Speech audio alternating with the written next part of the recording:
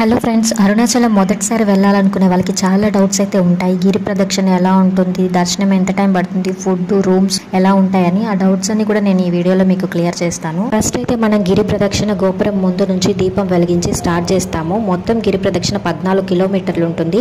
ఈ గిరి ప్రదక్షిణలో మనం ఇంద్రలింగం, అగ్నిలింగం, యమలింగం, నైరుతి లింగం, వరుణలింగం, వాయులింగం, ఈశాన్యలింగం, కుబేరలింగం ఇలా మొత్తం 8 లింగాలను అయితే మనం దర్శనం చేసుకుంటాము.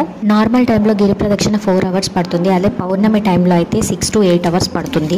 అలాగే టెంపుల్లో స్వామివారి దర్శనం అయితే నార్మల్ టైంలో 20 minutesలో అయిపోతుంది. పౌర్ణమి టైంలో 8 అవర్స్ కూడా పడుతుంది. కొంచెం రష్ ఉంటే 1 అవర్లో అలా కంప్లీట్ అయిపోతుంది.